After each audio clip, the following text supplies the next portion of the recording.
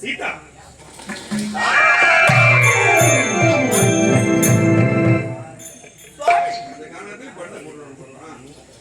பின்தொடர்ந்து வந்தேன் அல்லவா? வேல் என்று சொல்லக்கூடிய முருகன் பாதத்தில் தைத்திட்டது. வழிபறிக்க முடியாமல் நான் கீழே விழுந்து விட்டேன்.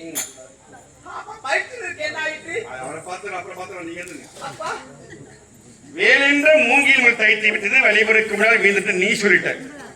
நீ விழுந்ததுதான் உனக்கு தெரியும். இங்க பெரிய நாடகமே நடந்து போச்சு. என்ன சொல்றீங்க? முள் தைத்து முள் காலில் இருந்தது. அந்த முள்ளை பிடுங்கிய உடனே ஒரு பெண்ணே வந்து அதில் கன்னிப்பொருளை மங்கை பொருள் அழகான ஒரு நங்கை. சும்மா இருந்தாலும் சொல்லலாமா அழகு என்று? அதுதான் அழகுன்னா அழகாக நான் மனைவி கதை பேச முடியுமா? எல்லாருமே அழகுதான். தாயானவள் அழகானவள். இப்ப அம்மா இருக்கா, அவ அழகு சொல்ல முடியாதா? எங்க அம்மா ரொம்ப அழகா இருப்பாங்க. எப்படியா சொல்றோம், மங்களகரமான முகம் எல்லாம் அழகான முகம்தான். புரியுதா? அதற்குத்தான் ஏதோ சும்மாவில்லை, கட்டி எடுக்க வேண்டும், ஆசை மொத்தம் கொடுக்க வேண்டும், பாருங்கள் அத்தான் மாமா என்று துன்பத்தை கொடுத்து விட்டார்.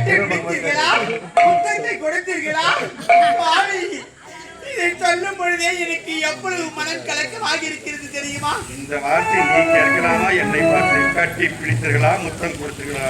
அந்த கட்டி பிடிச்சா என்ன இல்ல இல்ல பகவான் பக்தர்கள் அதான் இல்லைன்னு தைரியமா சொல்றேன். ஒருவனுக்கு ஒருத்தி என்ற கட்டுப்பாடு. மணந்தால் ஒருவனை மணக்க வேண்டும், அவளோடு இன்ப சொத்திலிருந்து சாக வேண்டும். போர்க்களத்தில் பகைவன் தோன்றினால் ஒரு அம்பை எடுக்க வேண்டும், ஒரு அம்பை எய்த வேண்டும், அதோடு இருக்க வேண்டும். ஒரு சொல், வாழ்க்கையில் ஒரு சொல்லை சொன்னால் அந்த சொல்லை காப்பாற்றும்.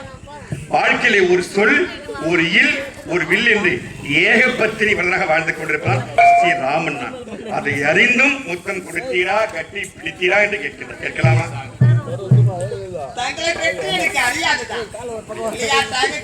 சந்தோஷம். உனக்கு தான் மூங்கில் தைத்து விட மயங்கி விட்டு விட்டாய். இவனுக்கு என்ன முள் தைத்து விட்டு மயங்கி வந்துடுறான் உங்களும் நினைக்கிறேன்.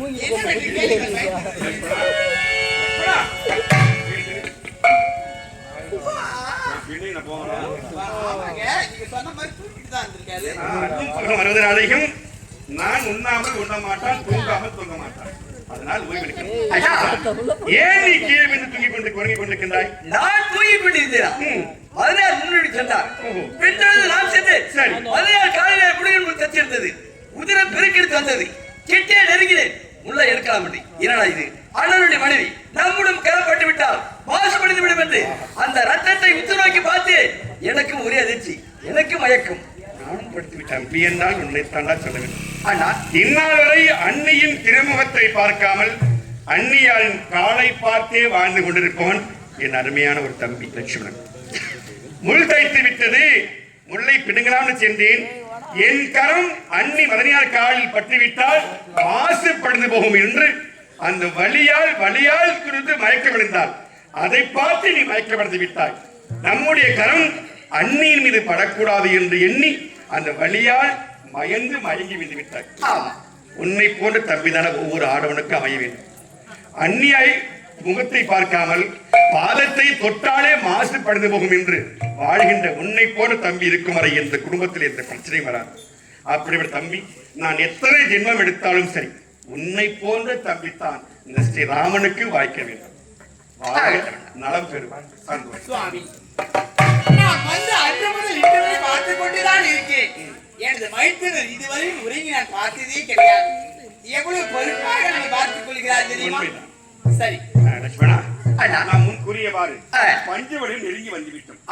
நான் நித்தம் சோதனை செய்து வழக்கம். நான் நேரடி விட்டு பூஜைக்கு செல்கின்றேன். சரி, அன்னசாலை அமைத்து மதனியாருக்கு உள்ளே விட்டு விட்டு புறம் காவல் காத்துக் கொண்டிருக்கிறேன்.